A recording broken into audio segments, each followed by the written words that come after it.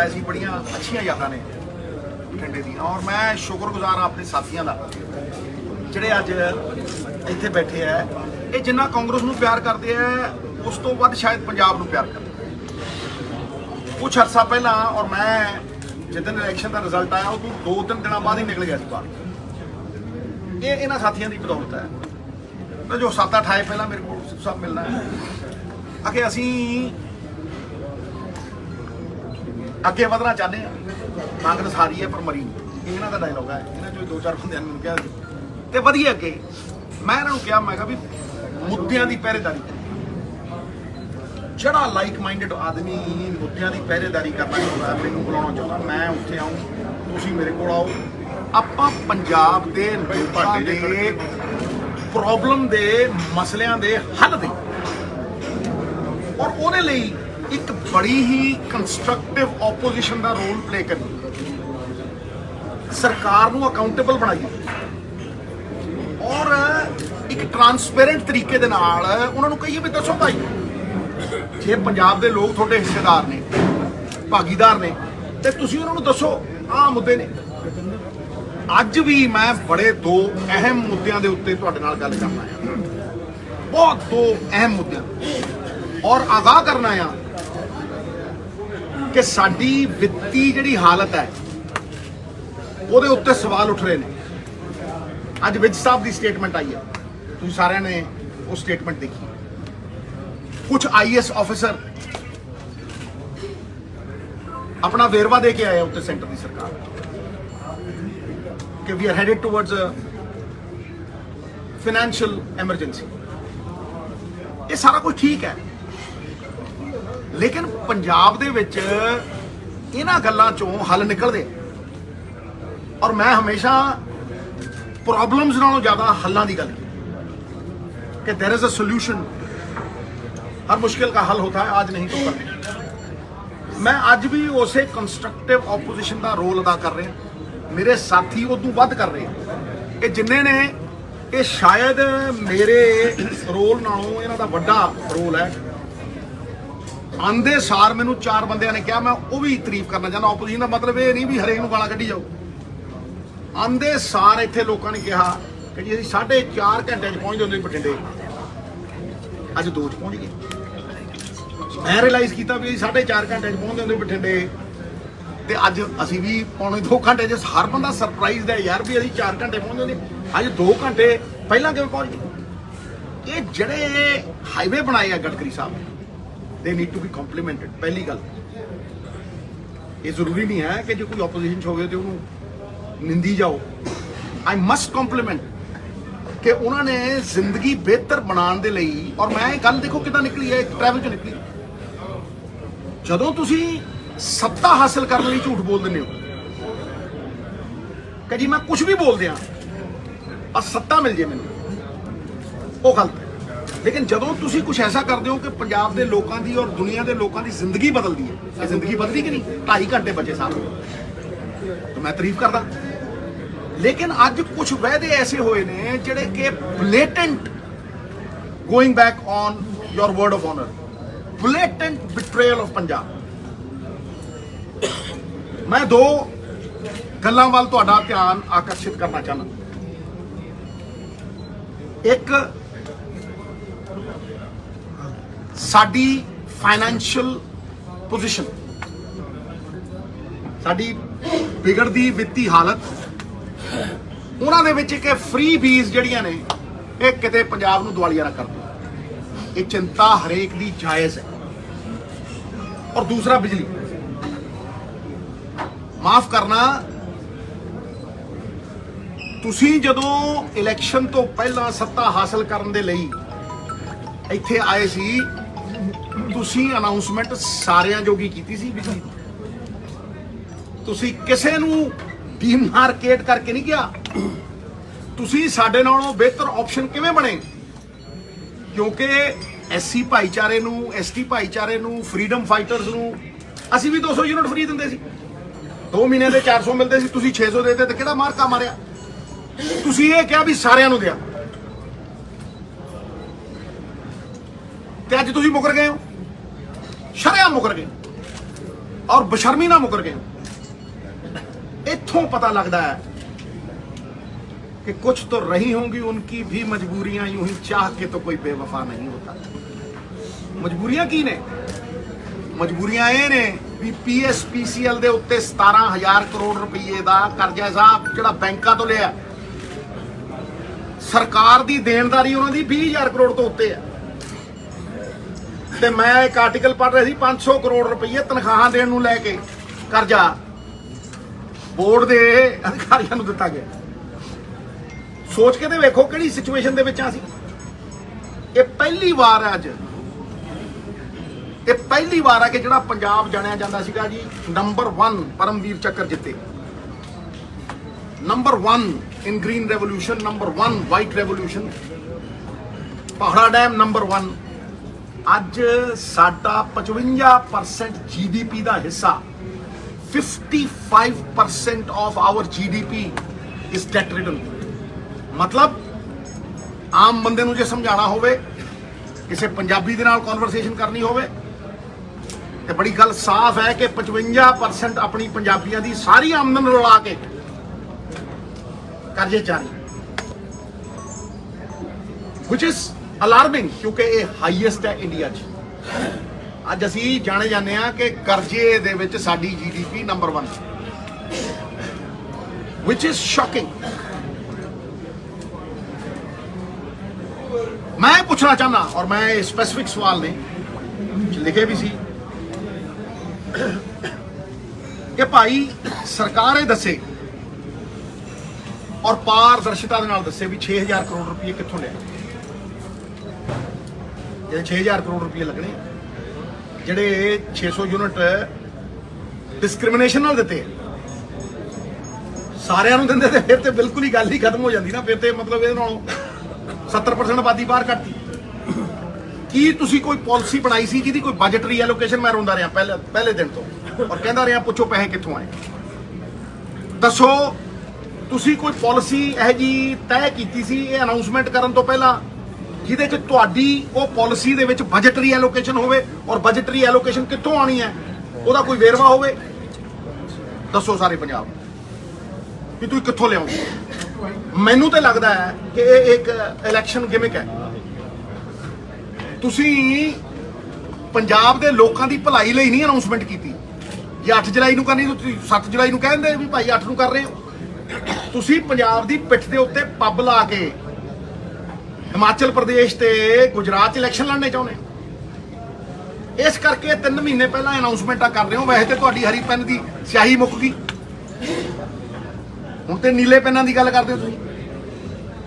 ਗੱਲ ਸਮਝੋ ਨਾ ਕਿ ਅੱਜ ਤੁਸੀਂ ਕਰੋੜਾਂ ਰੁਪਿਆਂ ਦੇ ਇਸ਼ਤਿਹਾਰ ਪੰਜਾਬ ਸਰਕਾਰ ਦੇ ਬਾਹਰਲੇ ਸੂਬਿਆਂ ਦੇ ਵਿੱਚ ਦੇ ਰਹੇ ਹੋ। ਤੁਹਾਨੂੰ ਕਿਹਨੇ ਇਖਤਿਆਰ ਦਿੱਤਾ ਕਿ ਤੁਸੀਂ ਪੰਜਾਬੀਆਂ ਦੇ ਖੂਨ ਪਸੀਨੇ ਦੀ ਕਮਾਈ ਬਾਹਰਲੇ ਅਖਬਾਰਾਂ ਦੇ ਵਿੱਚ ਸੂਬਿਆਂ ਦੇ ਵਿੱਚ ਲਵਾਓ? ਇਹ ਬਹੁਤ ਸੰਗੀਨ ਸੰਜੀਦਗੀ ਵਾਲਾ ਮਸਲਾ ਸਾਹਿਬ। ਇਸ ਫਾਈਨੈਂਸ਼ੀਅਲ ਕ੍ਰਾਈਸਿਸ ਦੇ ਵਿੱਚ ਤੁਸੀਂ ਆਹ ਕੁਝ ਕਰ ਰਹੇ ਹੋ। ਮੈਨੂੰ ਦੱਸੋ ਪਾਲਿਸੀ ਡਰਿਵਨ ਤੁਹਾਡੇ ਕੋਲ ਕੀ ਹੈ? ਜਿਹੜੇ ਕਹਿੰਦੇ ਹੁੰਦੇ ਕਾਰਪੋਰੇਸ਼ਨ ਬਣਾਵਾਂਗੇ, ਉਹ ਅੱਜ ਦੀਪ ਭਲੋਤਰੇ ਵਰਗੇ ਬੰਦਿਆਂ ਨਾਲ ਸਾਰੀ ਦਿੱਲੀ ਦੇ ਵਿੱਚ ਪ੍ਰਾਈਵੇਟਾਈਜੇਸ਼ਨ ਕਰਦੇ ਸ਼ਰਾਬ ਦੀ। ਮੈਂ ਕੋਈ ਉਹਦੇ ਹੱਕ 'ਚ ਨਹੀਂ, ਬਟ ਸਭ ਤੋਂ ਵੱਧ ਪੈਸੇ ਉੱਥੋਂ ਨਿਕਲਦੇ ਆ। 20,000 ਕਰੋੜ ਰੁਪਇਆ ਮੈਂ ਉੱਥੋਂ ਕੱਢ ਦੂੰ ਤੇ 30,000 ਕਰੋੜ ਰੁਪਇਆ ਮੈਂ ਕਰਪਸ਼ਨ ਬੰਦ ਕਰਕੇ ਕੱਢ ਦੂੰ। ਫਿਰ ਕੱਢ ਲੈ ਭਾਈ, ਫਿਰ ਦੇ ਦੇਣੇ ਸੀ ਸਾਰੀ ਕੈਟਾਗਰੀ ਨੂੰ, ਫਿਰ ਜਨਰਲ ਕੈਟਾਗਰੀ ਨੂੰ। ਇਹ ਕੈਟਾਗਰਾਈਜ਼ ਕਿਉਂ ਕਰਦਾ ਪੰਜਾਬ ਤੇ ਜਾਤ ਪਾਤ ਮੰਨਦਾ ਹੀ। ਪੰਜਾਬ ਤੇ ਕਹਿੰਦਾ ਮਾਨਸ ਕੀ ਜਾਤ ਸਭ ਇੱਕ ਹੈ ਪਹਿਚਾਨ। ਕੱਢ ਭਾਈ 20,000 ਕਰੋੜ ਰੁਪਇਆ। ਮੈਂ ਚੈਲੰਜ ਕਰਦਾ, ਜਦ ਤੱਕ ਠੇਕੇਦਾਰੀ ਸਿਸਟਮ ਹੈ ਪੰਜਾਬ 'ਚ, ਤੂੰ 200 ਕੱਢ ਕੇ ਖਾ। ਪਹਿਲੇ ਦਿਨ ਤੋਂ ਕਹਿੰਦਾ ਸੀਗਾ ਵੀ ਠੇਕੇਦਾਰੀ ਸਿਸਟਮ 'ਚ ਜਿੱਦਨ ਤੇਲੰਗਾਨਾ ਨੇ ਕੀਤੇ 10 ਕਰੋੜ ਨਿਕਲੇ ਸੀ। ਜਿੱਦਨ ਠੇਕੇਦਾਰੀ ਸਿਸਟਮ ਅਬੋਲਿਸ਼ ਕਰਕੇ ਸੈਂਡ ਦਾ ਕੰਟਰੋਲ ਲਿਆ ਤੇ ਪਹਿਲੇ ਸਾਲ 400 ਕਰੋੜ, ਦੂਜੇ 700, ਤੀਜੇ 1200 ਤੇ 4 ਸਾਲਾਂ 2400।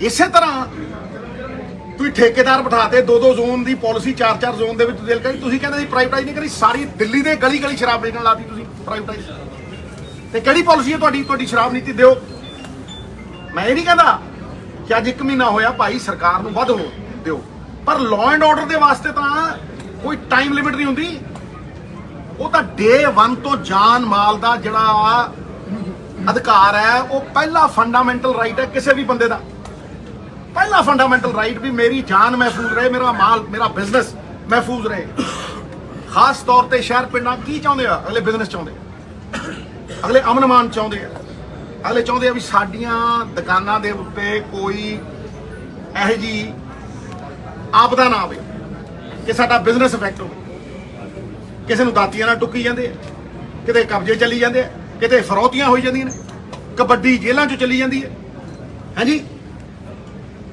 ਹਰ ਰੋਜ਼ ਮੈਂ ਦੇਖਦਾ ਕਦੇ ਕਿਸੇ ਨੂੰ ਵੱਢਤਾ ਕਿਸੇ ਨੂੰ ਟੁੱਕਤਾ ਕਿਸੇ ਵਰਕਰ ਨੂੰ ਮਾਰ ਦਿੰਦੇ ਟਰੱਕ ਉਹਨਾਂ ਦੇ ਕਬਜ਼ੇ ਚੱਲੀ ਜਾਂਦੇ ਇਹ ਲਾਅ ਐਂਡ ਆਰਡਰ ਹੈ ਕੋਈ ਐਕਸਪਲੇਨ ਕਰਦੇ ਮੈਨੂੰ ਇਹ ਲਾਅ ਐਂਡ ਆਰਡਰ ਹੈ ਦੂਸਰੀ ਗੱਲ ਇਹ ਹੈ ਕਿ ਜਦੋਂ ਫਾਈਨੈਂਸ਼ੀਅਲ ਸਥਿਤੀ ਦੀ ਮੈਂ ਗੱਲ ਕਰਦਾ ਤੁਸੀਂ ਇਨਕਮ ਕਿੱਥੋਂ ਜਨਰੇਟ ਕਰਦੇ ਹੋ ਭਾਈ ਦੱਸੋ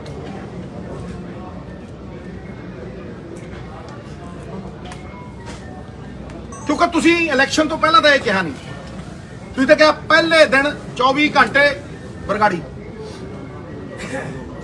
ਨਾਲ ਦੀ ਨਾਲ ਬਰਗਾੜੀ ਦਾ ਇਨਸਾਫ ਕਰਨ ਵਾਸਤੇ 24 ਘੰਟਿਆਂ ਦੇ ਵਿੱਚ ਪੰਜਾਬ ਦੀ ਆਤਮਾ ਨੂੰ ਸ਼ਾਂਤੀ ਮਿਲੂਗੀ ਕਿਹਾ ਨਹੀਂ ਕਿਹਾ ਹਾਂਜੀ ਫਿਰ ਕਿਸਾਨਾਂ ਦੀ ਗੱਲ ਤੁਹਾਨੂੰ ਪਤਾ ਹੀ ਨਹੀਂ ਖੇਤੀਬਾੜੀ ਹੁੰਦੀ ਕਿ ਉਹਦੇ 4 ਖੇਤ ਨੇ ਠੀਕ ਹੈ 50,000 ਅਸੀਂ ਕੰਪਨਸੇਸ਼ਨ ਦਿਆਂਗੇ ਠੀਕ ਹੈ ਝਾੜ 20 ਤੋਂ 50% ਘਟ ਗਿਆ ਨੰਬਰ 1 ਨੰਬਰ 2 ਇਹ ਸਾਡੀ ਕਿਸਮਤ ਚੰਗੀ ਹੈ ਕਿ ਝਾੜ ਘਟਣ ਦੇ ਬਾਵਜੂਦ ਅੱਜ ਇੰਟਰਨੈਸ਼ਨਲ ਮਾਰਕੀਟ ਦੇ ਵਿੱਚ ਯੂਕਰੇਨ ਤੇ ਰਸ਼ੀਆ ਦੀ ਵਾਰ ਦੇ ਕਰਕੇ ਕਣਕ ਦੀ ਇੰਨੀ ਸ਼ਾਰਟੇਜ ਹੈ ਤੇ ਸਾਰਾ ਵਰਲਡ ਕਣਕ ਖਰੀਦਣ ਨੂੰ ਤਿਆਰ ਹੈ ਭਾਵੇਂ ਦਾਣਾ ਛੋਟਾ ਹੈ ਪਰ ਕਣਕ ਅੱਜ ਵੀ 3500 ਤੋਂ 4000 ਦੀ ਵਿਕਦੀ ਹੈ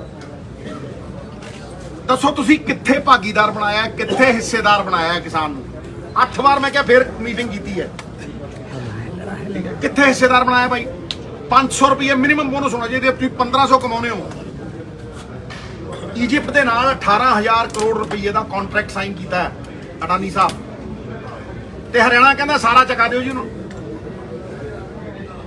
ਉਹ ਸਟੋਰੇਜ ਕਰਦਾ ਉਹਨੂੰ maximum support price I'm categorically saying it maximum support price ਦਿੱਤੀ ਜਾਂਦੀ ਹੈ what is maximum support price ਕਿ ਭਾਈ ਤੂੰ 15% ਸਟੋਰੇਜ ਕਰ ਲੈ ਤੈਨੂੰ 100% ਦਾ ਕਿਰਾਇਆ ਦਿਆਂ ਦੱਸੋ ਹਨੇਰ FCI ਦੇ ਗੋਡਾਊਨਾਂ ਦੇ ਵਿੱਚ ਸਟੋਰੇਜ ਹੈ ਤੂੰ 15% ਸਟੋਰੇਜ ਕਰ ਤੈਨੂੰ 100% ਦਾ ਕਿਰਾਇਆ ਪੱਕਾ ਤੇ ਕਿਸਾਨ ਨੂੰ minimum support price this is the irony of the situation ਤੁਸੀਂ ਕਿਸਾਨ ਦੀ MSP 9% ਵਧਾਈ ਡੀਜ਼ਲ ਦੇ ਰੇਟ 100% ਵਧਾਤੇ 40 ਤੋਂ 93 ਤੇ ਤੁਸੀਂ 4 ਸਾਲਾਂ ਦੇ ਵਿੱਚ MSP 160 ਰੁਪਏ ਵਧਾਈ 40 ਰੁਪਏ DAP ਦੀ ਖਾਦ ਨਕਲੀ ਮਿਲਦੀ ਹੈ ਅਸਲੀ ਲਿਫਾਫਿਆਂ 'ਚ ਤੁਸੀਂ ਰੇਟ ਦੁੱਗਣੇ ਕਰਤੇ 2 ਰੁਪਏ ਦੇ ਕੇ 20 ਖੋਲੇ ਇਹ ਇਨਸਾਫ ਹੈ ਐਟਲੀਸਟ ਅੱਜ ਇੰਨਾ ਤਾਂ ਕਰੋ ਯਾਰ ਵੀ ਉਹਨੂੰ 500 ਰੁਪਏ ਦਿਓ ਜੇ ਤੁਸੀਂ 1500 ਕਮਾ ਰਹੀ ਜੇ ਤੁਸੀਂ ਮਾਰਕੀਟ ਦਾ ਫਾਇਦਾ ਨਹੀਂ ਉਠਾਉਣਾ ਚਾਹੁੰਦੇ ਤੇ ਭਾਈ ਬਾਰਡਰ ਪਾਰ ਸਾਡੀ ਕਣਕ ਜਾਣ ਦਿਓ ਨਾ ਜਾਣ ਦਿਓ ਬੰਦਾ ਭਾਈ ਲਾ ਲਓ ਸਕੈਨਰ 35 ਦੇਸ਼ ਏਸ਼ੀਆ ਦੀ ਸਭ ਤੋਂ ਵੱਡੀ ਮੰਡੀ ਸੀ 2000 ਦੀ ਕਣਕ 3500 ਦੀ ਵਿਕੂ ਤੇ 4000 ਦੀ 3000 ਦੀ ਬਾਸਮਤੀ ਸਾਹਿਬ 7000 ਦੀ 5 ਰੁਪਏ ਦਾ ਮਟਰ 50 ਦਾ 25 ਰੁਪਏ ਦਾ ਅਦਰਕ 150 ਦਾ 55 ਰੁਪਏ ਦਾ ਦੁੱਧ 150 ਦਾ ਦੱਸੋ ਇਹ ਜੀ ਕਿਹੜੀ ਦੁਨੀਆ ਦੀ ਮਾਰਕੀਟ ਹੈ ਸਾਹਿਬ ਲੇਕਿਨ ਤੁਸੀਂ ਸਾਡਾ ਸਮਾਨ ਚੱਕਦੇ ਹੋ 2100 ਕਿਲੋਮੀਟਰ ਅਡਾਨੀ ਸਾਹਿਬ ਦੇ ਪੋਰਟ ਤੇ ਲੈ ਜਾਂਦੇ 2100 ਕਿਲੋਮੀਟਰ 22 ਕਿਲੋਮੀਟਰ ਦਾ ਰਸਤਾ ਹੈ 2100 ਕਿਲੋਮੀਟਰ ਫਿਰ ਉਹਦੇ ਪੋਰਟ ਦੇ ਉੱਤੇ ਸਾਰਾ ਵਾਹਵਾਈ ਹੁੰਦੀ ਹੈ ਫਿਰ ਉੱਥੋਂ ਫਿਰ ਦੁਬਈ ਕਿਤੇ ਜਾਂਦਾ ਵਾਈ कराची बॉम्बे खुला अमीरां ने भाई फिरोजपुर इत्थे यूरोप तहस नहस हो गया सी erase to the ground Europe खत्म हो गया सी बार्डर खोले सारा ये सोल्यूशंस ने साहब इन्हों कोई झुठला नहीं सकता आज 70,000 बंदे इतने करतारपुर जाए की हो गया जी हाँ जी कलर साहब समझो मेरी गल दूजी चीज मैं हूं तुहानूं आगाह कर रहा अज भी अज की डिमांड बिजली की और मैं तुहानूं पूरा कैटेगरिकली विद फिगर्स दूंगा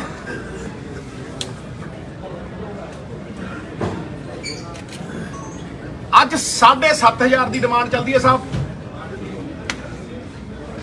ते कट देख लो पुछ लो पिंडां दे विच कट किन्ने लगे शहरां च लगन लग गए थोड़ी भैन हुण तुसीं इमेजिन करो कि 7,500 की डिमांड दे उत्ते शहरां च कट लगी जांदे आ थर्मल प्लांट थ्रैट करी जांदे आ जिहड़ा रेट आ उहदे नाल वध मंगी जांदे आ मैं कैटेगोरिकली पूछना चाहना दूजा सवाल कि भाई what is the government doing to ensure that the thermal plants will not back out when we need them the most कोई पेनल्टी क्लॉज लाया कोई भी पेनल्टी क्लॉज है and what are you doing to ensure the proper supply of coal कोला 30 दिनों का mandatory है अज 8 दिनों का रह गया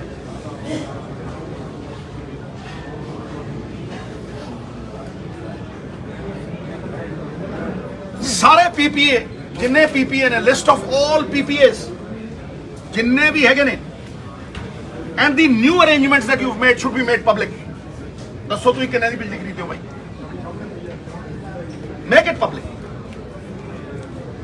तुम तो कहते सी सारे सुनते सी सानू दिओ जी सरकार ताइयां फसलां दे झूठा सानू दिओ सरकार पहले दिन ही पीपीए रद्द कौन रोकदा है मैं कहना लिस्ट पब्लिक नू दसो दूसरी गल की तुसी रीनैगोशिएट कर रहे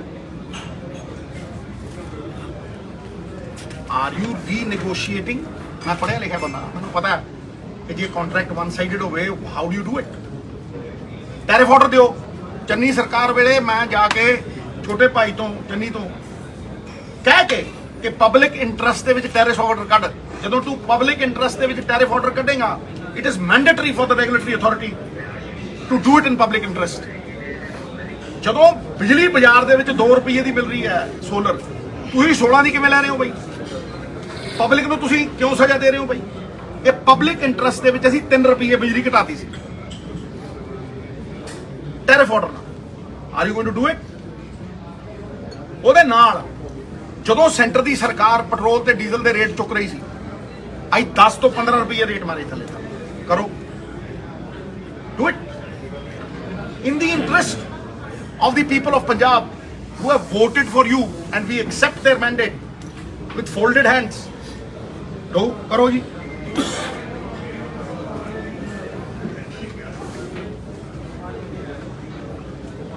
ਦੱਸੋ ਜੀ ਤੁਸੀਂ ਕੀ ਰੀਨੈਗੋਸ਼ੀਏਸ਼ਨ ਕੀਤੀ ਹੈ ਔਰ ਮੈਂ ਅਖੀਰ ਦੇ ਵਿੱਚ ਕਹਿਣਾ ਕਿ ਜਿਹੜਾ ਪੁਸ਼ਵਾਰਾ ਕੋਲ ਮਾਈਨ ਹੈ ਕੋਈ ਪੁਸ਼ਵਾਰਾ ਕਹਿੰਦਾ ਕੋਈ ਪਥਵਾਰਾ ਇਹ ਠੀਕ ਹੈ ਜੀ ਇਹਨਾਂ ਦਾ ਬਿਲਕੁਲ ਠੀਕ ਹੈ ਪਛਵਾਰਾ ਜਿਹੜੀ ਕੋਲ ਮਾਈਨ ਹੈ ਉਹ ਅੱਜ ਭਾਜੀ ਤੁਹਾਡੀ ਇਨਫੋਰਮੇਸ਼ਨ ਦੇ ਲਈ ਉਹ ਇੱਕ ਪ੍ਰਾਈਵੇਟ ਕੰਪਨੀ ਨੇ ਖੁਲਵਾਈ ਹੈ ਕਿਸੇ ਪੰਜਾਬ ਸਰਕਾਰ ਨੇ ਨਹੀਂ ਖੁਲਵਾਈ ਕਿਉਂ ਬਾਈ ਜਦੋਂ ਕੋਲਾ ਤੁਹਾਡਾ ਆ ਨਹੀਂ ਰਿਹਾ ਇਹਦਾ ਮਤਲਬ ਉਹ ਗੱਲਾਂ ਸੱਚੀਆਂ ਨੇ ਵੀ ਤੁਸੀਂ ਚਾਹੁੰਦੇ ਨਹੀਂ ਉਹ ਖੁੱਲੇ ਤੁਸੀਂ ਚਾਹੁੰਦੇ ਹੋ ਤੁਸੀਂ ਮਹਿੰਗਾ ਕੋਲਾ ਲਾਓ ਅੱਟੀਆਂ ਸੱਟੀਆਂ I'm not casting aspersions but you need to prevent and prepare rather than repent and repair. Are we always going to be repenting and repairing? Pai, when is the Pushwara coal mine starting? ਮੈਨੂੰ ਲੱਗਦਾ 4 ਮਹੀਨੇ ਲੱਗਣਗੇ ਇਸ ਕਰਕੇ ਜੇ 4 ਮਹੀਨੇ ਲੱਗਣਗੇ ਤੇ ਮਹੀਨੇ 2 ਬਾਅਦ 16000 ਮੈਗਾਵਾਟ ਡਿਮਾਂਡ ਹੈ ਝੋਨਾ ਲੱਗੂ ਤਾਂ ਦੱਸੋ ਕੀ ਪ੍ਰਬੰਧ ਹੈ Do you have any arrangements? ਲੋਕਾਂ ਨੂੰ ਅਵੇਅਰ ਕਰੋ ਕਿਉਂ ਨਹੀਂ ਜੀ ਅਵੇਅਰ ਕਰਦੇ ਅਸੀਂ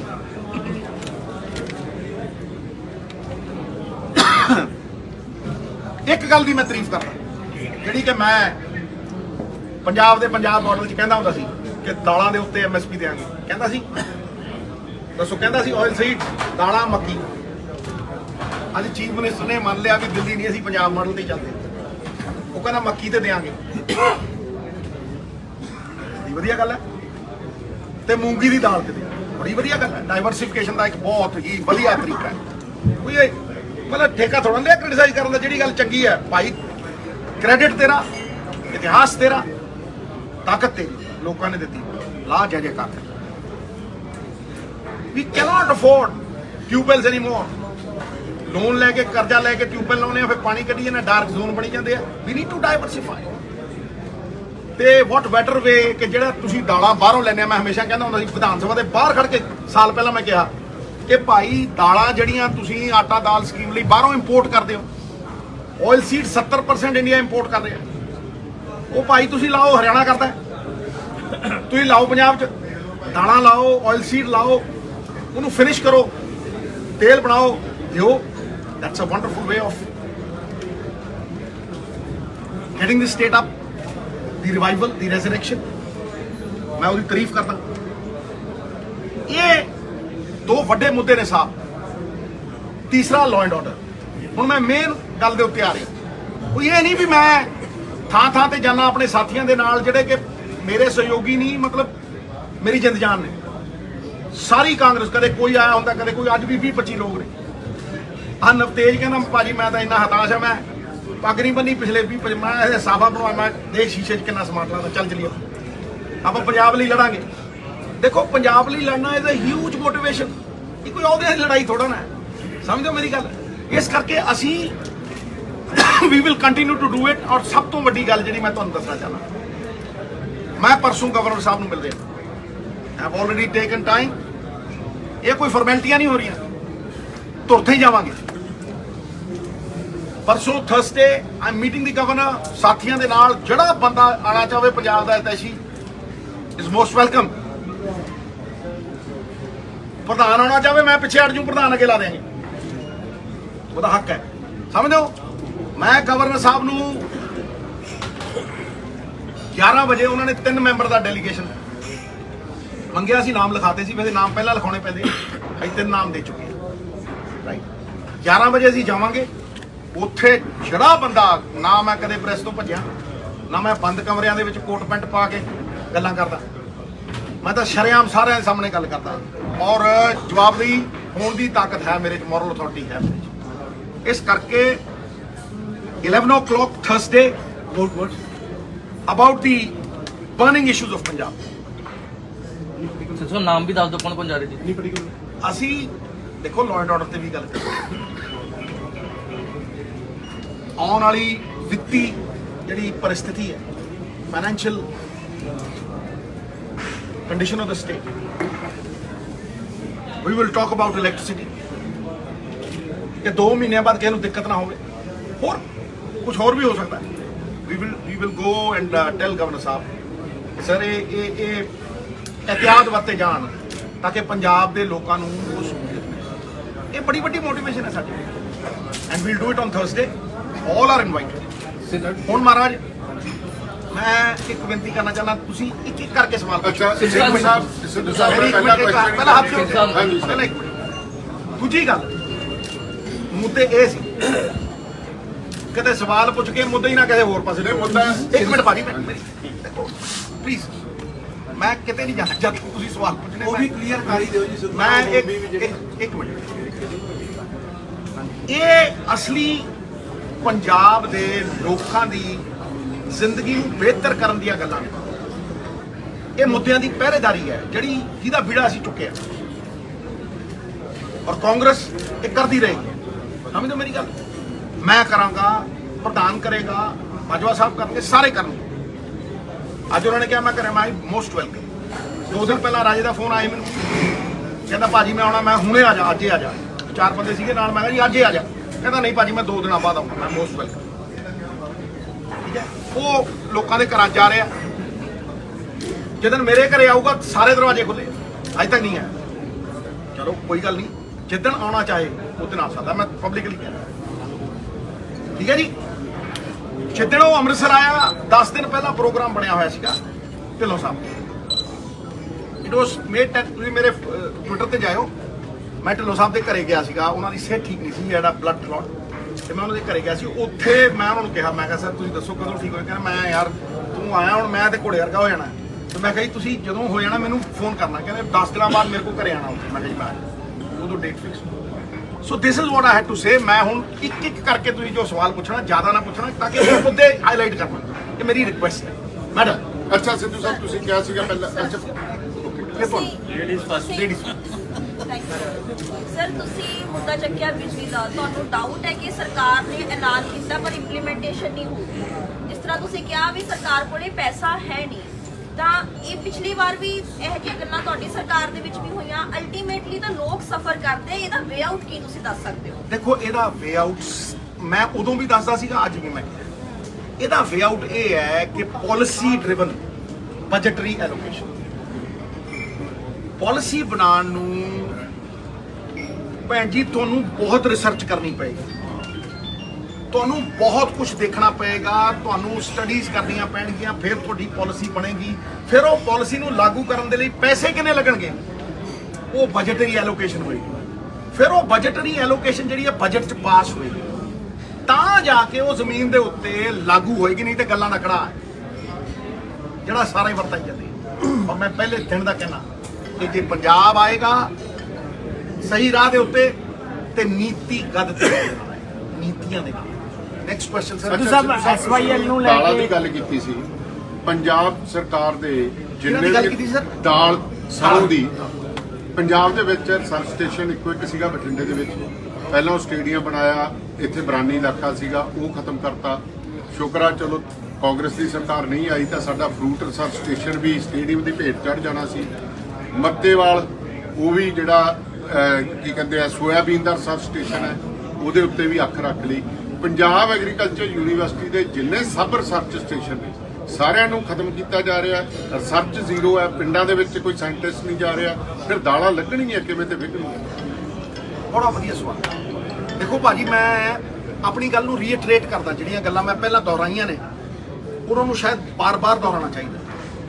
ਮੈਂ ਇੱਕ ਗੱਲ ਕਹੀ ਸੀ ਕਿ ਪੰਜਾਬ ਦੇ ਲਾਅ ਐਂਡ ਆਰਡਰ ਦੇ ਮਸਲਿਆਂ ਨੂੰ ਛੱਡ ਕੇ ਪੰਜਾਬ ਦੀ ਹਰ ਸਮੱਸਿਆ ਦਾ ਹੱਲ ਇਨਕਮ। ਤੁਸੀਂ ਅਗਰ ਰਿਸਰਚ ਸੈਂਟਰ ਖੋਲ੍ਹਣਾ ਹੈ, ਤੁਸੀਂ ਅਗਰ ਕੋਈ ਵੀ ਸੈਂਟਰ ਖੋਲ੍ਹਣਾ ਹੈ, ਤੁਹਾਨੂੰ ਉਹਨੂੰ ਚਲਾਉਣ ਦੇ ਲਈ ਪੈਸੇ ਚਾਹੀਦੇ ਆ। ਸਮਝੇ? ਇਨਕਮ ਤਾਂ ਸਾਰੀ ਲੋਕਾਂ ਦੀ ਨਿੱਜੀ ਜੇਬ 'ਚ ਜਾਈ ਜਾਂਦੀ ਹੈ। ਉਸ ਮਾਫੀਏ ਦੇ ਖਿਲਾਫ ਮੈਂ ਲੜਿਆ ਔਰ ਮੈਂ ਪਹਿਲੇ ਦਿਨ ਤੋਂ ਪਹਿਲੀ ਕੈਬਨਿਟ ਤੋਂ ਸੱਤਾ ਨਹੀਂ ਮਾਣੀ, ਉਸ ਸੱਤਾ ਨੂੰ ਸਵਾਲ ਕੀਤੇ ਵੀ ਮਹਾਰਾਜ ਲਾਓ ਇਹ ਪਾਲਿਸੀ। ਇੱਕੋ ਚੀਜ਼ ਐਸੀ ਹੈ ਜਿਹੜੀ GST ਤੋਂ ਬਾਹਰ ਹੈ, ਰੇਤਾ ਸ਼ਰਾਬ, ਲਾਓ ਐਟ। ਜੇ ਤਮਿਲਨਾਡੂ 36,000 ਕਰੋੜ ਰੁਪਇਆ ਕੱਢ ਸਕਦਾ ਹੈ ਔਰ ਬਗੈਰ ਅੱਧੀ ਖਪਤ ਸਾਡੀ ਡਬਲ, ਤੇ ਭਾਈ ਅਸੀਂ ਕਿਉਂ ਨਹੀਂ? ਨੌਕਰੀਆਂ ਆਪਣੇ ਆਪ ਆਣਗੀਆਂ। ਉਹ 40,000 ਨੂੰ ਦਿੰਦੇ ਆ, 300 ਕਰੋੜ ਰੁਪਏ ਦੀ ਨੌਕਰੀ ਦਿੰਦੇ ਆ, ਠੀਕ ਹੈ ਜੀ। ਰੇਤਾ ਪਰ ਕਿਉਂਕਿ ਪੰਜਾਬ ਦੇ ਵਿੱਚ ਠੇਕੇਦਾਰੀ ਸਿਸਟਮ ਹੈ ਔਰ ਠੇਕੇਦਾਰ ਅੱਗੇ ਹੈ ਤੇ ਪਿੱਛੇ ਕੋਈ ਹੋਰ ਹੈ, ਤੁਹਾਨੂੰ ਵੀ ਪਤਾ ਕਿਹੜਾ ਹੈ, ਕਿਸੇ ਦਾ ਕੁੱਕ ਹੈ ਤੇ ਕਿਸੇ ਦਾ ਕੋਈ ਹੈ। ਸਮਝਦੇ ਹੋ ਮੇਰੀ ਗੱਲ? ਉਹ ਠੇਕੇਦਾਰੀ ਸਿਸਟਮ ਦੇ ਪਿੱਛੇ ਖੜਾ ਪੋਲੀਟੀਸ਼ੀਅਨ ਜਾਂ ਕੋਈ ਹੋਰ ਕੋਈ ਵੀ ਹੋ ਸਕਦਾ ਹੈ, ਠੀਕ ਹੈ ਜੀ। ਮੈਂ ਕਿਸੇ ਦਾ ਨਾਮ ਲਿੱਤਾ ਹੀ ਨਹੀਂ ਅਜੇ ਤੱਕ। ਉਹ ਆਨੰਦ ਮਾਣ ਰਹੇ ਨੇ, ਕਾਟਲ ਬਣੇ ਹੋਏ ਨੇ, ਕਾਟਲ। ਕੱਢੋ L1 ਦੇ ਲਾਇਸੈਂਸ 15,000 ਕਰੋੜ ਰੁਪਏ ਜਿਹਦੇ ਰਿਸ਼ਤੇਦਾਰਾਂ ਕੋਲ ਨੇ, ਪਿਛਲੇ ਵੀ ਕੱਢ ਲਓ। ਚਲੋ ਡੰਕੇ ਦੀ ਚੋਟ ਤੇ ਕਹਿੰਦਾ ਇਹੀ ਹੈ ਇਮਾਨਦਾਰੀ ਦੀ ਤਾਕਤ, ਇਹ ਮੋਰਲ ਅਥਾਰਟੀ ਦੀ ਤਾਕਤ। ਸਵਾਲ ਕਰਨ ਵਾਲਾ ਉਹੀ ਹੋ ਸਕਦਾ, ਨਹੀਂ ਤਾਂ ਪਰਾਏ ਪੁੱਤ ਫੱਟਦੇ ਨੇ ਬਾਹਮ ਰੋਡ ਤੇ ਹੀ ਨਹੀਂ ਭੇਜ ਦਿੰਦੇ। ਅੱਛਾ ਸਰ ਦੂਸਰੀ ਗੱਲ ਜੀ, ਅੱਛਾ ਦੂਸਰੀ ਗੱਲ ਸਰ ਇਹ ਸੀਗਾ ਇਹਦੇ ਉੱਤੇ ਜਿਹੜੀਆਂ ਗਵਰਨਮੈਂਟ ਰਿਸਰਚ ਲੈਂਡਸ ਨੇ, ਕੀ ਇਹਨਾਂ ਦੇ ਉੱਤੇ ਜਿਹੜਾ ਵੇਚਣ ਦੀ ਪਿਛਲੇ ਰੀਤ ਚੱਲ ਰਹੀ ਹੈ ਸਰਕਾਰਾਂ ਦੀ, ਕੀ ਬੰਦ ਨਹੀਂ ਹੋਣੀ ਚਾਹੀਦੀ? You are the custodian of the land. Absolutely right sir. ਤੁਸੀਂ ਜਿਹੜਾ 3 ਲੱਖ ਕਰੋੜ ਦੀ ਗੱਲ ਕਰਦੇ ਹੋ, 3 ਲੱਖ ਨਹੀਂ ਹੈ। ਇਹ ਬੜਾ ਕੈਟੇਗੋਰੀਕਲੀ ਤੁਸੀਂ ਬਹੁਤ ਸੋਹਣਾ ਸਵਾਲ ਕੀਤਾ ਹੈ। ਇਹ 5 ਲੱਖ ਕਰੋੜ ਹੈ, ਕਿਉਂਕਿ 5 ਲੱਖ ਕਰੋੜ ਚ ਸੌਫਟ ਲੋਨ ਨੇ। ਪੁੱਛੋ ਕਿਹਦੀ ਸਰਕਾਰ ਦੇ ਵਿੱਚ ਰੈਸਟ ਹਾਊਸ ਵੀ ਗਿਰਵੀ ਰੱਖਦੇ, ਮਿਊਨਿਸਪਲ ਕਮੇਟੀ ਦੀਆਂ ਬਿਲਡਿੰਗਾਂ ਗਿਰਵੀ ਪਈਆਂ ਨੇ ਔਰ ਕੌੜੀਆਂ ਦੇ ਰੇ ਤੁਸੀਂ ਪਤਾ ਕਰੋ। ਸਰਕਟ ਹਾਊਸ ਵਿਕੇ, ਸਰਕਟ ਹਾਊਸ ਵਿਕੇ, ਹਾਂਜੀ ਜੇਲਾਂ ਵਿਕੀਆਂ ਤੇ ਉਹ ਮਹਾਰਾਜ 3 ਲੱਖ ਕਰੋੜ 'ਚ ਨਹੀਂ ਆਉਂਦਾ, ਉਹ 3 ਲੱਖ ਕਰੋੜ ਤੋਂ ਵੱਧ ਹੈ। ਇਸ ਕਰਕੇ ਮੈਂ ਕਹਿੰਦਾ ਸਾਹਿਬ ਤੁਹਾਡਾ ਬੜਾ ਸੋਹਣਾ ਸਵਾਲ ਹੈ। ਇਸ ਕਰਕੇ ਮੈਂ ਕਹਿੰਦਾ ਕਿ ਮੈਨੂੰ ਕੋਈ ਲੋੜ ਨਹੀਂ ਸੀ ਕਿ ਮੈਂ ਇੰਨੀ ਇਨਕਮ ਨੂੰ ਛੱਡ ਕੇ ਮੈਂ ਮੌਤਾਜੀ ਹੈ, ਮੈਂ ਕੋਈ ਮਿਨਿਸਟਰ ਦੇ ਕਰਕੇ ਜਾਣਾ ਜਾਣਾ। ਹਾਂਜੀ 20 ਸਾਲ ਕ੍ਰਿਕਟ ਖੇਡਿਆ, ਕਮੈਂਟਰੀਆਂ ਕੀਤੀਆਂ, ਮਤਲਬ ਤੁਸੀਂ ਕੀ ਜਾਣੋ, ਲੇਕਿਨ ਮੈਨੂੰ ਸੰਤੁਸ਼ਟੀ ਇਹਦੀ ਹੈ ਕਿ ਮੈਨੂੰ ਪਤਾ ਮੈਂ ਅਗਲੀ ਪੀੜ੍ਹੀ ਦੀ ਲੜਾਈ ਲੜ ਰਿਹਾ। ਸਮਝੋ ਮੇਰੀ ਗੱਲ, ਔਰ ਇਹ ਬਹੁਤ ਵਧੀਆ ਸਵਾਲ ਹੈ। ਹੁਣ ਕਹਿੰਦੇ ਜਿਹੜਾ ਕਰਜ਼ਾ ਚੜਿਆ ਹੈ ਪੰਜਾਬ ਤੇ, ਅਸੀਂ ਰਿਕਵਰੀ ਕਰਾਂਗੇ, ਇਹਦੀ ਪੂਰੀ ਜਾਂਚ ਕਰਾਂਗੇ, ਭਗਵੰਤ ਮਾਨ ਕਹਿੰਦੇ ਨੇ। ਮੈਂ ਕਹਿੰਦਾ ਜੇ ਰਿਕਵਰੀ ਉਹ ਕਰਨੀ ਹੈ ਨਾ, ਮੇਰੀ ਕਮੇਟੀ ਬਣੀ ਸੀ ਜ਼ਮੀਨਾਂ ਦਾ ਪੜਾ, ਮੈਂ ਲੜ ਕੇ ਲਈ ਸੀ। ਸੈਂਡ ਦੀ ਕਮੇਟੀ ਮੈਂ ਲੜ ਕੇ ਲਈ ਸੀ, ਸ਼ਰਾਬ ਦੀ ਦਿੱਤੀ ਨਹੀਂ ਕਿਉਂਕਿ ਪਤਾ ਸੀ ਸਰਦਾਰ ਪੋਤੜੇ ਖੋਲ, ਠੀਕ ਹੈ, ਮੈਂ ਫਿਰ ਵੀ ਖੋਲਦਾ ਰਿਹਾ। ਉਹ ਕਮੇਟੀ ਦੀ ਰਿਪੋਰਟ ਕਢਾ ਲੈਣ। ਉਸ ਕਮੇਟੀ ਦੇ ਵਿੱਚ ਦੇਖੋ ਜਸਟਿਸ ਕੁਲਦੀਪ ਸਿੰਘ ਦੀ ਰਿਪੋਰਟ ਹੈ, 1.5 ਲੱਖ ਕਰੋੜ ਰੁਪਏ ਦੀ ਜ਼ਮੀਨ ਤਾਂ ਕੱਲੀ ਮੋਹਾਲੀ ਡਿਸਟ੍ਰਿਕਟ ਹੈ, 28 ਡਿਸਟ੍ਰਿਕਟ ਨੇ ਤੇ ਕਈ ਕਿਉਂ ਜਾਂਦੇ ਹੋ। ਤੇ ਜਿਹਨੂੰ ਮੈਂ ਬਣਾ ਕੇ ਦਿੱਤੀ ਰਿਪੋਰਟ, ਉਹਦਾ ਨਾਂ ਸੀ ਵਿੱਚ, ਮੈਂ ਕਹਿ ਰਿਹਾ ਉਹਦਾ ਨਾਂ ਸੀ ਇਹਦੇ। ਮੈਂ ਤਾਂ ਨਹੀਂ ਦਿੱਤਾ ਨਾਂ ਦਿੱਤਾ ਜਸਟਿਸ ਕੁਲਦੀਪ ਸਿੰਘ ਨੇ, ਪੜ੍ਹ ਲਓ। ਹੁਣ ਜਿਹਨੂੰ ਮੈਂ ਦੇ ਰਿਹਾ, ਜਦੋਂ ਉਹੀ ਵਿੱਚ ਦੱਬੀ ਬੈਠਾ 300 ਤੇ ਇਨਸਾਫ ਕਿੱਥੋਂ ਆਉਣੇ ਆ? ਅੱਜ ਉਹ ਨਹੀਂ ਹੈਗੇ, ਅੱਜ ਉਹ ਨਹੀਂ, ਮੈਂ ਨਾਂ ਨਹੀਂ ਲੈਣੇ ਫਿਰ ਕੇ, ਅੱਜ ਉਹ ਨਹੀਂ ਹੈਗੇ, ਤੁਸੀਂ ਨਵੇਂ ਹੋ ਕੇ ਆਏ ਹੋ, ਠੋਕ ਦਿਓ। ਸਰਕਾਰ ਦੇ ਇਸ ਫੈਸਲੇ ਨੂੰ ਕਿਸ ਤਰ੍ਹਾਂ ਦੇਖਦੇ, ਜਿਹੜਾ ਉਹ ਕਹਿੰਦੇ ਵੀ ਅਸੀਂ ਰਿਕਵਰੀ ਕਰਾਂਗੇ, ਪੂਰੀ ਜਾਂਚ? ਮੈਂ ਕਹਿੰਦਾ ਮੈਂ ਵਧਾਈ ਦਿੰਦਾ। ਚੋਰ ਨੂੰ ਠੋਕਣ ਦੇ ਵਿੱਚ ਕੋਈ ਉਹ ਕਿੰਤੂ ਪਰੰਤੂ ਹੈ? ਰਗੜ ਦਿਓ। ਕੌਣ ਰੋਕਦਾ? ਮੈਂ ਨਾ ਕੌਣ ਰੋਕਦਾ? ਮੈਂ ਕਹੂੰਗਾ ਵੀ ਸਾਰਿਆਂ ਦੇ ਨਾਂ ਕਰੋ। ਖਹਿਰਾ ਸਾਹਿਬ ਵੀ ਕਹੀ ਜਾਂਦੇ ਆ, ਮੈਨੂੰ ਫੋਨ ਕਰਦਾ ਰਹੋ, ਲਓ ਕਰੋ ਲਾਗੂ ਨਾਲ ਦੀ ਨਾਲ, ਔਰ ਦੱਸੋ ਵੀ ਕਿਹੜੇ ਪਤਵੰਤੇ ਪੋਲੀਟੀਸ਼ੀਅਨ ਨੇ ਜਿਨ੍ਹਾਂ ਨੇ ਦੱਬੀਆਂ। ਸਿੱਧੂ ਸਾਹਿਬ ਹਾਈ ਕਮਾਨ ਨੇ ਸੁਨੀਲ ਜਾਖੜ ਤੋਂ ਜਵਾਬ ਮੰਗਿਆ, 15 ਦਿਨ ਬੀਤ ਚੁੱਕੇ ਨੇ, ਪਰ ਨੋਟਿਸ ਦਾ ਜਵਾਬ ਨਹੀਂ ਦਿੱਤਾ, ਤੁਸੀਂ ਮੁਲਾਕਾਤ ਕੀਤੀ? ਭਾਈ ਜੀ ਮੈਂ ਜਾਖੜ ਸਾਹਿਬ ਕਿਸੇ ਨੂੰ ਵੀ ਕਾਂਗਰਸ ਦੇ ਬੰਦੇ ਨੂੰ ਮਿਲ ਸਕਦਾ, ਇਹਦੇ ਚ ਨੋਟਿਸ ਕਿੱਥੋਂ ਆ ਗਿਆ? ਨੋਟਿਸ ਬਾਰੇ ਮੈਂ ਇਹੀ ਕਹਿਣਾ ਹੈ, ਬੱਸ 'ਚ ਫੱਟੀ ਲਿਖੀ ਹੁੰਦੀ ਹੈ, ਸਵਾਰੀ ਆਪਣੇ ਸਮਾਨ ਦੀ ਆਪ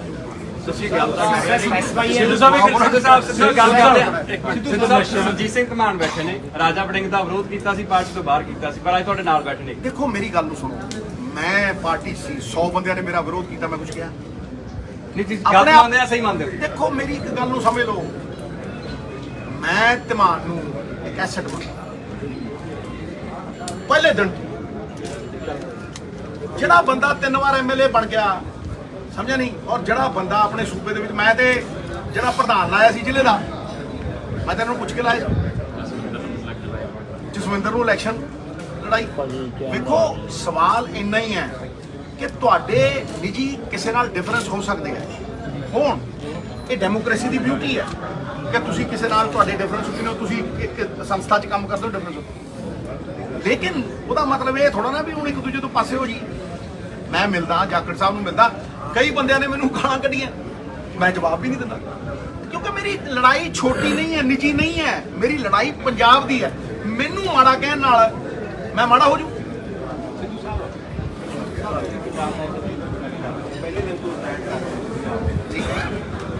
ਫ੍ਰੈਂਕਲੀ ਇਲੈਕਸ਼ਨ ਵੇਲੇ ਤੁਹਾਡੀ ਪੰਜਾਬ ਦਾ ਮਾਡਲ ਸੀਗਾ, ਉਹ ਕਾਂਗਰਸ ਨੇ ਰੱਦ ਕਰ ਦਿੱਤਾ। ਇਹ ਕਹਿੰਦਾ ਸੀ ਕਿ ਪੰਜਾਬ ਮਾਡਲ ਦੀ ਕਾਂਗਰਸ ਮਾਡਲ ਲਾਗੂ ਹੋ ਗਿਆ। ਬਹੁਤ ਸਾਰੇ ਆਗੂਆਂ ਨੇ ਬਿਆਨ ਕੀਤੇ, ਤੁਸੀਂ ਅੱਜ ਵੀ ਉਸ ਮਾਡਲ ਤੇ ਖੜੇ ਹੋ। ਤੁਹਾਡਾ ਜਿਹੜਾ ਰਾਹ ਹੈ ਤੁਸੀਂ ਕੱਢਿਆ ਹੋਇਆ ਪਿਛਲੇ ਕਈ ਦਿਨਾਂ ਤੋਂ, ਇਹ ਲੱਗਦਾ ਹੈ ਕਿ ਕਿਸੇ ਪਾਸੇ ਨੂੰ ਹੋਰ ਜਾ ਰਿਹਾ। ਭਾਈ ਜੀ ਤੁਸੀਂ ਬੜਾ ਸੋਹਣਾ ਸਵਾਲ ਕੀਤਾ। ਕਾਂਗਰਸ ਨੇ ਤਾਂ ਲਾਸਟ ਡੇ ਮੈਨੀਫੈਸਟੋ ਕੀਤਾ, ਉਸ ਕੀ ਹੈ ਪੰਜਾਬ ਮਾਡਲ, ਸਾਰਾ ਪੜ੍ਹ ਲਓ।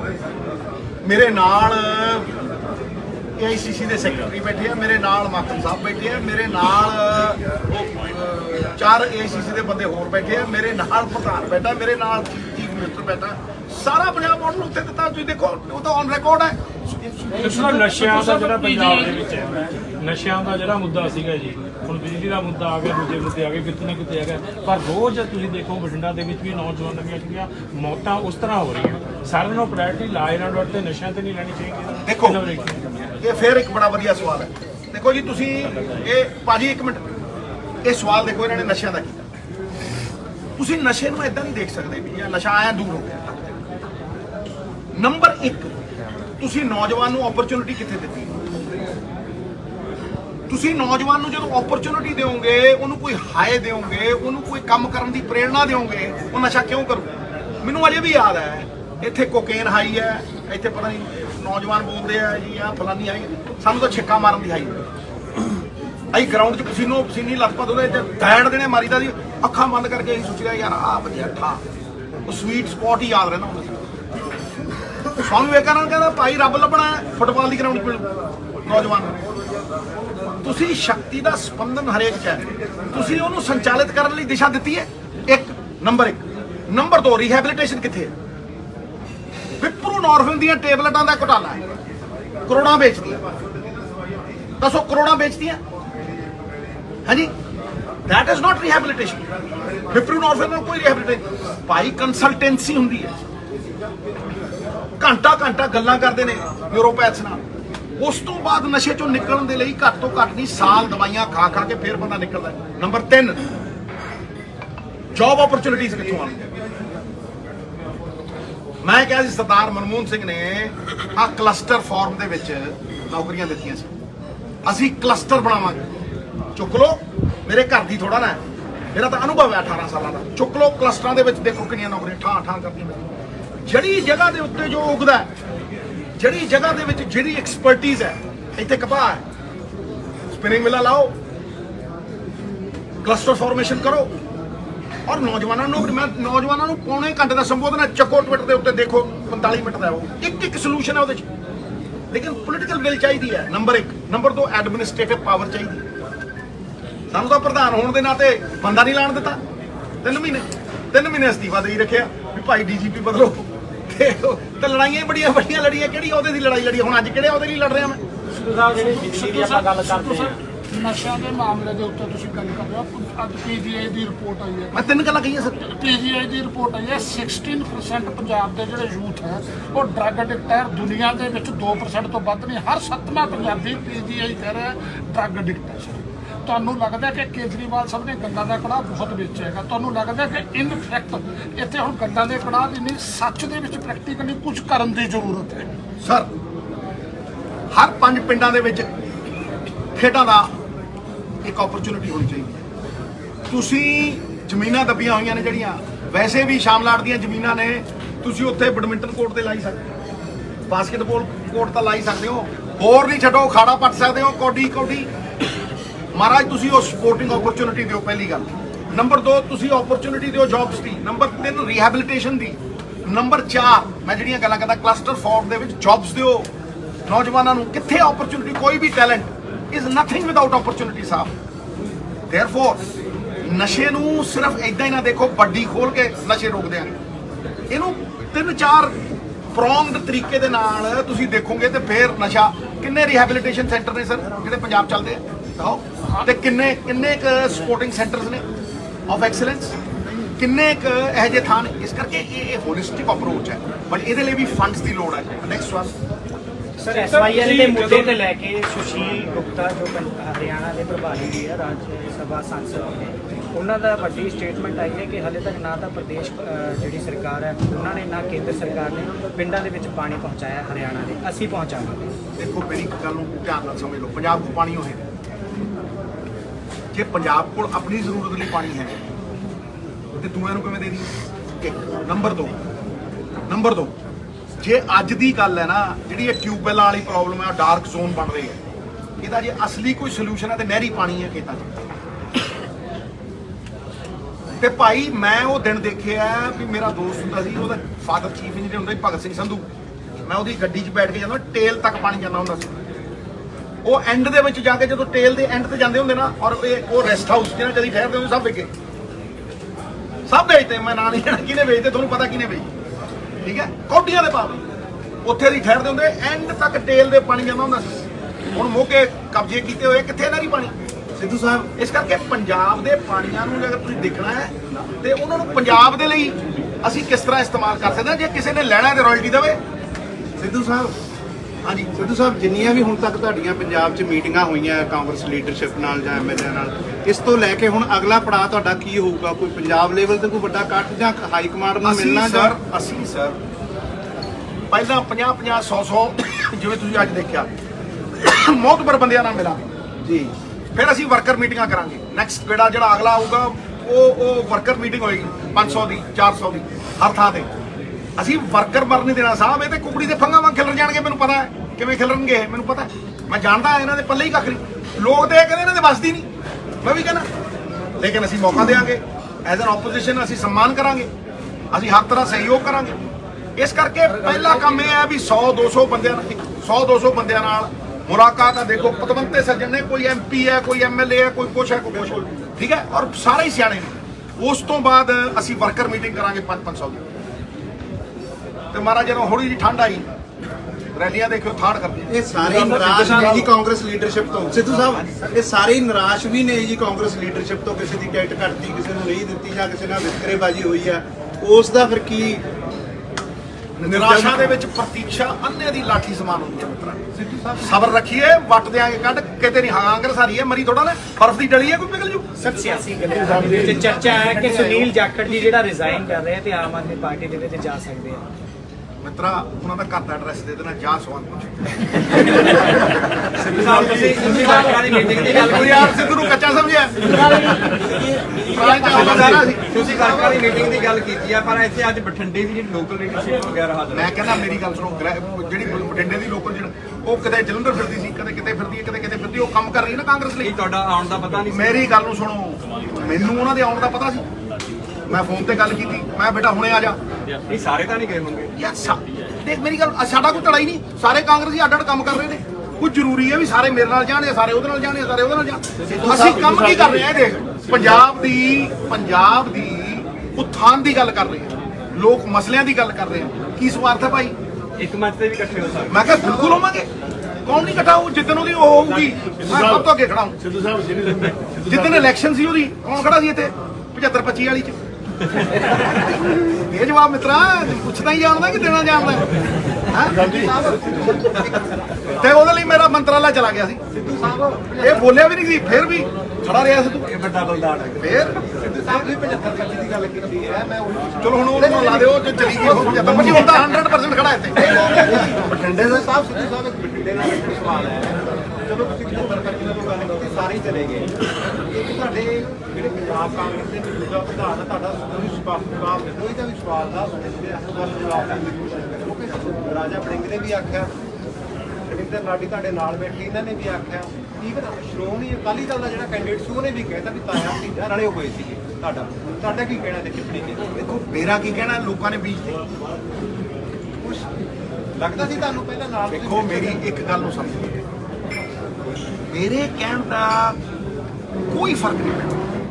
ਬਹੁਤ ਫਰਕ ਨਹੀਂ, ਸੁਣੋ ਪੋਲਿਟਿਕਸ ਦੇ ਵਿੱਚ ਕਿਸੇ ਲੀਡਰ ਦੇ ਕਹਿਣ ਦਾ ਤਦ ਫਰਕ ਪੈਂਦਾ ਜੇ ਲੋਕ ਉਹਦੇ ਤੇ ਅਮਲ ਕਰਨ। ਅਸਲ ਦੇ ਵਿੱਚ ਅਸਲੀ ਤਾਕਤ ਜਿਹੜੀ ਹੈ ਨਾ, ਲੋਕ ਸਮਝਦੇ ਨਹੀਂ। ਅਸਲੀ ਤਾਕਤ ਤੇ ਲੋਕਾਂ ਦੀ ਹੈ। ਫੈਸਲਾ ਕਿਹਨੇ ਕਰਨਾ, ਕਰਵਾਉਣਾ ਕਿਹਨੇ ਹੈ? ਉਹ ਪੰਜਾਬ ਦੇ ਲੋਕਾਂ ਨੇ ਕਰਨਾ। ਮੈਂ ਤੇ ਕਹਿ ਸਕਦਾ ਸੀ, ਔਰ ਮੈਂ ਬੜੀ ਟੰਕੇ ਦੀ ਚੋਟ ਦੇ ਉੱਤੇ ਕਿਹਾ।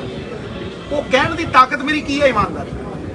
ਵੀ ਮੇਰੇ ਲਈ ਰਾਜਨੀਤੀ ਧੰਦਾ ਨਹੀਂ, ਨਾ ਮੇਰੀ ਖੱਡ ਚੱਲੇ, ਨਾ ਮੇਰਾ ਕੋਈ ਬਿਜ਼ਨਸ, ਮੈਂ ਤੇ ਪੱਲਿਓਂ ਲਾਏ। ਆ ਹੁਣ ਦੇਖ ਲਓ ਕਣਕ ਫੂਕੀ ਹੈ। ਮੈਂ ਜਦੋਂ ਮੇਰੇ ਕੋਲ ਪਏ ਹੁੰਦੇ ਮੈਂ 35 ਲੱਖ ਦੇ ਆਇਆ ਸੀ। 1.25 ਕਰੋੜ ਰੁਪਏ ਦੇ, ਦੱਸੋ ਕੋਈ ਬੰਦਾ ਹੈ? ਅੱਛਾ ਪਾਰਟੀ ਬਦਲੀ ਤੇ ਰਾਜ ਸਭਾ ਛੱਡ ਕੇ ਕੋਈ ਲੈਣ ਥੋੜਾ ਨਾ ਆਏ ਸੀ, ਦੱਸੋ। ਇਸ ਕਰਕੇ ਅੱਜ ਵੀ ਇਹ ਸਾਰੇ ਬੰਦੇ, ਕਾਲੜਾ ਸਾਹਿਬ ਥੋੜਾ ਲੇਟ ਆਏ, ਇਹ ਸਾਰੇ ਬੰਦੇ ਅੱਜ 20-25 MLA ਹੈ ਇੱਥੇ ਜਿਹੜੇ MLA ਦੇ ਇਲੈਕਸ਼ਨ, ਇਹ ਸਾਰੇ ਬੰਦੇ ਪੰਜਾਬ ਖਾਤਰ ਖੜੇ ਆ। ਤੇ ਜੇ ਅਸੀਂ ਪੰਜਾਬ ਖਾਤਰ ਖੜਾਂਗੇ ਤਾਂ ਹੀ ਸੱਤਾ ਲੈ ਸਕਦੇ। ਸੱਤਾ ਲੈਣ ਲਈ ਨਹੀਂ ਖੜੇ। ਸੱਤਾ ਲੋਕਾਂ ਦੀ ਜ਼ਿੰਦਗੀ ਬਦਲਣ ਲਈ, ਗੱਪਾਂ ਮਾਰਨ ਲਈ ਨਹੀਂ, ਗੱਲਾਂ ਦੇ ਕੜਾ ਲਈ।